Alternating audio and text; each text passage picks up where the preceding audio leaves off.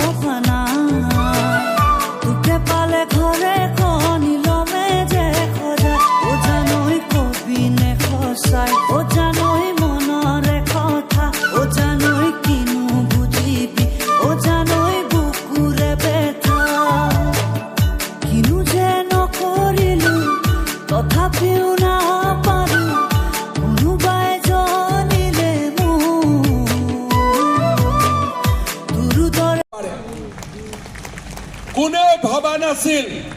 আমাৰ অসমত কেতিয়াবলৈ এইমছ আহিব পাৰে কোনেও ভবা নাছিল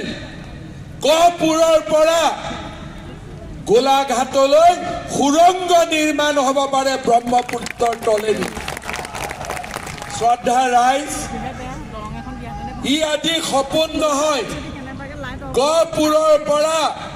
নুমলীগড়লৈ 6খন গাড়ী একেলগে যাব পৰা টানেল নৰেন্দ্ৰ মোদীৰ মোদী গ্যাৰেণ্টি এই কথা আজি সঁচা আৰু ই সত্যত পৰিণত হৈছে শ্ৰদ্ধা ৰাইজ কনকলতা বৰুৱাৰ জাতীয় জীৱনৰ প্ৰতি অৱদান কোনে নাজানে কোনেও কিয় কল্পনা কৰিব পৰা নাছিল কংগ্ৰেছৰ এখনকৈ 60 বছৰ অসমত চৰকাৰ আছিল কনকলতা বৰুৱাৰ নামত এখন মহাবিদ্যালয় হ'ব লাগে এখন বিশ্ববিদ্যালয় হ'ব লাগে তাৰ কল্পনা কংগ্ৰেছে কৰিব পৰা নাছিল কংগ্ৰেছে চিন্তা কৰিব পৰা নাছিল মোৰ মনত আছে যোৱা ইলেকশ্যনৰ সময়ত যেতিয়া মই উৎপল বৰা ডাঙৰীয়াৰ নিৰ্বাচনৰ সভাত আহিছিলোঁ যে গহপুৰত কনকলতা বিশ্ববিদ্যালয় হ'ব কংগ্ৰেছৰ মানুহসকলে আমাক হাঁহিছিল ৰিপুণ বৰাই কৈছিল কেতিয়াও সম্ভৱ নহয় আজিৰ পৰা 6-7 মাহ পিছত আমি সকলোকে মাতিম কনকলতা বৰুৱা বিশ্ববিদ্যালয়ৰ আধাৰশিলা স্থাপন কৰাৰ অনুষ্ঠানত আৰু এনেকুৱা বিশ্ববিদ্যালয় নাপাতো এইখন বিশ্ববিদ্যালয়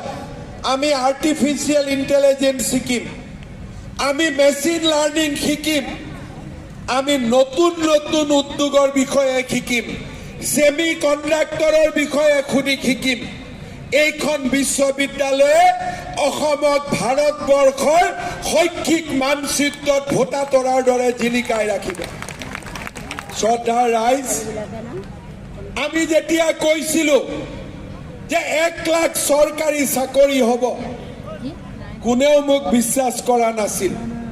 মোৰ পাৰ্টিতে মোক বিশ্বাস কৰা নাছিল আৰু চাকৰি হ'ব ঘোষ নিদিয়াকৈ কোনেও কল্পনাই কৰিব পৰা নাছিল আজি অসমত আমি 1 লাখ ল'ৰা ছোৱালীক চৰকাৰী চাকৰি দিলো কোনেও এটা টকাও ঘোষ খাব নোৱাৰিলে এতিয়া মই আজি আকৌ এবাৰ প্ৰতিশ্ৰুতি দিছো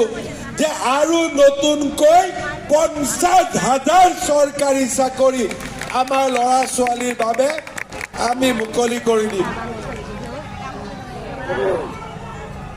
এতিয়া কংগ্ৰেছ বিলাকেও ভাবে যে CM কৈছে যেতিয়া হ'ব হয় নে নহয় আজিকালি অবিশ্বাস নকৰে এতিয়া বাইদেৱে ঠিকে কৈছে কংগ্ৰেছ নাইও এতিয়া কংগ্ৰেছ নাই নহয় কংগ্ৰেছ নাইয়ে বোলে গহপুৰতো কংগ্ৰেছ নাই ভাৰততে কংগ্ৰেছ নাই এতিয়া হয় নে নহয় ৰিপুণাও কিবা এটা নতুন পাৰ্টিত গুচি গ'ল কি তৃণমূল নে কি কয়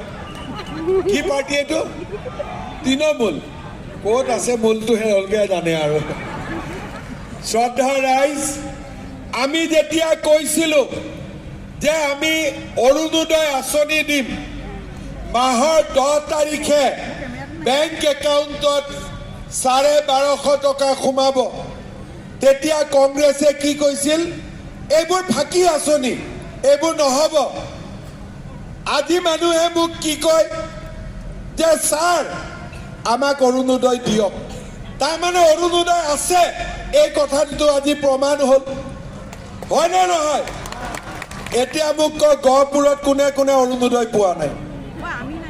কোনে কোনে পোৱা নাই পোৱা নাই পোৱা নাই পোৱা নাই এটা দিব লাগিব নে নালাগে লাগিব আচ্ছা মোক এটা কথা কওক ৰেচন কাৰ্ড কাৰ কাৰ ঘৰত আছে ৰেচন কাৰ্ড কাৰ কাৰ ঘৰত আছে ঠিক আছে ৰেচন কাৰ্ড আছে ৰেচন কাৰ্ড আছে 10 ছেপ্টেম্বৰ ডেটটো লিখি ৰাখক 10 ছেপ্টেম্বৰ 2024 চন গহপুৰত যাৰ যাৰ ঘৰত ৰেচন কাৰ্ড আছে তাৰ ঘৰত পুতুং কৰি অৰুণোদয় সোমাই যাব হ'ব মোক কিবা ঘোষ টোচ দিব নে নাই কিবা দিব নে নাই মোক কিবা দিব নে নাই ভোটটোতো দিবই ভোটটোতো নৰেন্দ্ৰ মোদীক দিব মই য'তে আহোঁ তাতে মোক পিঠা বনাই খুৱাই দিব হ'ব হ'ব লাখপতি বাইদেউ হ'বৰ কাৰ কাৰ ইচ্ছা আছে কাৰ কাৰ ইমান কমৰ ইচ্ছা আছে লাখপতি বাইদেউৰ ফৰ্ম কোনে কোনে ফিল আপ কৰিলে হাত ডাঙক বাপৰে চবেই কৰিলে দেখোন চবেই কৰিলে এতিয়া যিসকলে লাখপতি বাইদেউৰ ফৰ্ম ফিল আপ কৰিলে তেওঁলোকৰ একাউণ্টতো সোনকালে পুতুং কৰি 10,000 টকা সোমাই যাব হ'ব আচ্ছা টকাটো পোৱাৰ পিছত গিৰিয়েকক কোনে কোনে দিব হাত ডাঙক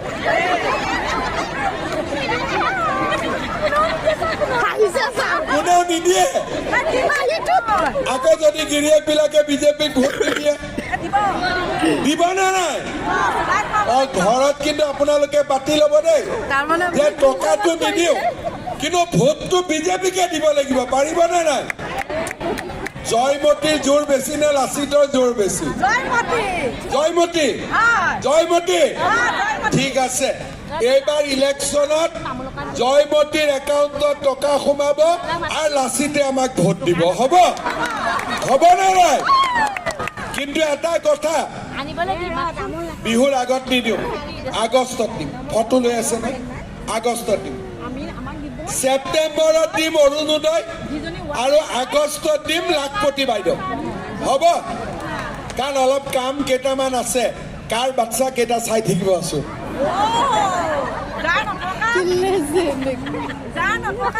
আজি মোৰ এটা অনুৰোধ ইলেকশ্যনততো ভোট দিবই, ইলেকশ্যনৰ কথা কৈ থাকিম, হৈ যাব। কিন্তু এই যে 10,000 টকাটো পাব, আপোনালোকে 10,000 টকাটো খুব ভাল কৰি ব্যৱহাৰ কৰিব। মই এনেই কৈছোঁ গিৰিয়েকক নিদিব বুলি, গিৰিয়েকৰ পৰা আৰু 2-3 হাজাৰ ল'ব, লৈ পেলাই সকলোৱে ভাল কাম কৰক। যদি সৰিয়হ খেতি কৰে চৰকাৰে কিনিব, মৌ বনালে চৰকাৰে কিনিব, গাখীৰ বনালে চৰকাৰে 5 টকাকৈ লিটাৰত বেছিকৈ দিব, বিহুৱান বনালে বিহুৱান চৰকাৰে কিনিব। কিবা এটা আপোনালোকে কৰিব, আৰু কৰাৰ পিছত এতিয়া বহুতে বিশ্বাস নকৰে মোক, কিন্তু কৰাৰ পিছত মই আপোনালোকৰ একাউণ্টত আৰু 25,000 টকা মই সোমাই দিম। আজিকালি ভাৰতত কি চলি আছে, মোদী কি গ্যাৰেণ্টি, তাৰমানে মোদীয়ে ক'লে হ'বই, আৰু ইয়াতে আমি কি কৈ আছো, মোদী কি গ্যাৰেণ্টি, মামা কি ৱাৰেণ্টি, তাৰমানে কাম হ'বই আৰু কোনো কথাই নাই। শ্ৰদ্ধা ৰাইজ, 50,000 নতুন চাকৰি, ঘৰে ঘৰে অৰুণোদয়, লাখপতি বাইদেউ, আৰু তাৰ লগত আৰু এটা নতুন আঁচনি। আমাৰ যিমান ছোৱালী এইবাৰ মেট্ৰিক পাছ কৰিব, তাক কোনে পঢ়াব এইবাৰ ছোৱালীবিলাকক, কোনে পঢ়াব, ল'ৰাক পঢ়াব দেউতাক মাকে, ছোৱালীক পঢ়াব মামা। হ'ব, মেট্ৰিক পাছ কৰি কলেজত এডমিশ্যন ল'লে ছোৱালীক আমি বিনামূলীয়া এডমিশ্যন দিম, 10,000 টকা দিম। হায়াৰ ছেকেণ্ডাৰী পাছ কৰি ডিগ্ৰীত এডমিশ্যন ল'লে 12,500 টকা দিম, আৰু যদি ইউনিভাৰ্চিটিত পঢ়ে আমি 25,000 টকা ছোৱালীসকলৰ বেংক একাউণ্টত আমি সোমাই দিম। তাৰমানে মই মনত সদায় ভাবোঁ, মোৰ মা মেট্ৰিক পাছ কৰিছিল বহুত দিন আগতে, মায়ে কলেজত যাব নোৱাৰিলে, মেট্ৰিক পাছ কৰা হৈয়ে থাকি গ'ল। ছোৱালীক কলেজত পঢ়োৱা, ল'ৰাক কলেজত পঢ়োৱা মধ্যবিত্ত মানুহৰে কষ্ট, দুখীয়া মানুহেতো আৰু নোৱাৰে। সেইবাবে যদি আজিৰ মিটিঙত, আৰু তাৰপিছত আমি আকৌ নাচিম, আকৌ এবাৰ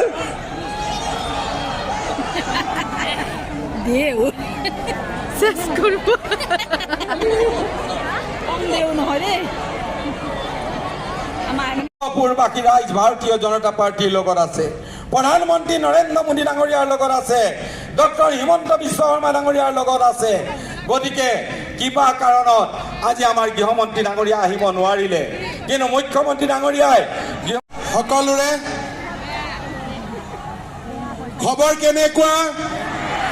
সকলোৰে ভাল, ভাত খাই আহিছে নে নাই, নাই খোৱা, সঁচাইনে? আচ্ছা, তেতিয়াহ'লে আজি মোদীজীৰ নামত এসাঁজ ভাত গ'ল আৰু, হ'ব একদম। মোৰ লগত একেলগে ক'ব, ভাৰত মাতা কি, ভাৰত মাতা কি, নৰেন্দ্ৰ মোদী, নৰেন্দ্ৰ মোদী। মই আপোনালোকক অনুৰোধ কৰিম, নাচাৰ আগলৈকে বহি থাকক, তেতিয়া নহ'লে পিছৰবিলাকে দেখা নাপাব। আগৰ নাচাৰ সময়ত থিয় হৈ যাব, হ'ব। আজিৰ সভাত আমাৰ মাজত উপস্থিত গহপুৰ সমষ্টিৰ বিধায়ক উৎপল বৰা ডাঙৰীয়া, পশ্চিমবংগ আৰু বিহাৰত বিশেষ ব্যস্ততাৰ কাৰণে তেখেত আহিব নোৱাৰিলে। তেখেতে মোক কৈ পঠাইছে যে খুব সোনকালেই তেওঁ গহপুৰ, ই অসমীয়া জনজীৱনৰ ই সাহ। বহাগে আমাক ওচৰ চপাই আনে, বহাগে আমাক মিলা প্ৰীতি বঢ়ুৱাই অসমখন উৎসৱ মুখৰ কৰি তোলে। বহাগ বিহুৰ প্ৰাকক্ষণত মই গহপুৰবাসী ৰাইজলৈ বহাগ বিহুৰ বহুত বহুত শুভেচ্ছা জনাইছোঁ। শ্ৰদ্ধা ৰাইজ, বিহুৰ পিছতেই নিৰ্বাচন, 19 এপ্ৰিলত শোণিতপুৰ লোকসভাৰ নিৰ্বাচন গহপুৰৰ ৰাইজে অসমৰ ৰাইজক দিশা দেখুৱাই দশা দেখুৱাই স্বাধীনতা সংগ্ৰামৰ দিনৰ পৰা গহপুৰে অসমৰ স্বাভিমানৰ এক প্ৰতীক আৰু গহপুৰে আমাক সদায় ৰাস্তা দেখুৱাইছে আগুৱাই লৈ গৈছে গহপুৰবাসী ৰাইজক মই পুনৰ এবাৰ ক'ব নালাগে যে নৰেন্দ্ৰ মোদী ডাঙৰীয়াক আমি কিয় ভোট দিব লাগে নৰেন্দ্ৰ মোদী ডাঙৰীয়া আজি ভাৰতবৰ্ষৰ স্বাভিমানৰ প্ৰতীক কাজিৰঙাত নিশা কটাই আমাৰ গড়ক বিশ্বৰ বুকুত লৈ যোৱাৰ বাবে চেষ্টা কৰা নাছিল কোনো প্ৰধানমন্ত্ৰীয়ে 145 ফুটৰ লাচিতৰ প্ৰতিমা শুভ উদ্বোধন কৰা নাছিল কোনে কৰিছে নৰেন্দ্ৰ মোদী ডাঙৰীয়াই কৰিছে আমাৰ নেতা নৰেন্দ্ৰ মোদী ডাঙৰীয়াই কৰিছে আজি নৰেন্দ্ৰ মোদীৰ বাবে উত্তৰ পূব অষ্টলক্ষ্মী আজি নৰেন্দ্ৰ মোদীৰ বাবে উত্তৰ পূব ভাৰতৰ নিউ ইঞ্জিন অফ গ্ৰোথ এই দিন আমি কেতিয়াও দেখা নাছিল আমাৰ জীৱনকালত আমি কেতিয়াও ভবা নাছিলো যে এইখন অসমত গুলি বাৰুদ নাথাকিব বন্দুক নাথাকিব বন্ধ আন্দোলন পিকেটিং নাথাকিব কেতিয়াও আমি ভবা নাছিলো এনে শান্তি আমাৰ জীৱনকালত আমি দেখা পাম বুলি শ্ৰদ্ধাৰ ৰাইজ নৰেন্দ্ৰ মোদীৰ নেতৃত্বত আজি বড়ো চুক্তি হৈছে কাৰ্বি চুক্তি হৈছে আজি আৰু কোনেও মোৰ এই স্বদেশ স্বজাতি এই অসমখনক বিভক্ত কৰিব নোখোজে কোনেও আৰু দাবী নোখোজে ডিভাইড আসাম 50-50 সেই দিনবোৰ অতীত হৈ গ'ল আজি গহপুৰৰ ৰাইজে NDFBৰ বন্দুকৰ গুলিৰ বাবে অপেক্ষা কৰিব নালাগে সেই দিনবোৰ অতীত হৈ গ'ল আজি সকলোৱে শান্তিৰ অসম আৰু সমৃদ্ধিৰ অসমৰ বুনিয়াদ নিৰ্মাণ কৰিছে বড়ো অঞ্চল আজি এয়া মামা যাবলৈ হৈছে আৰু যোৱাৰ সময়ত এপাক নাচি গৈছে ভাগিনীসকলৰ লগত মামাৰ হাঁহি কি চাব ৰাইজ ফূৰ্তি ইমান কষ্ট কৰিব পাৰে মানুহজন বা আচৰিত আৰু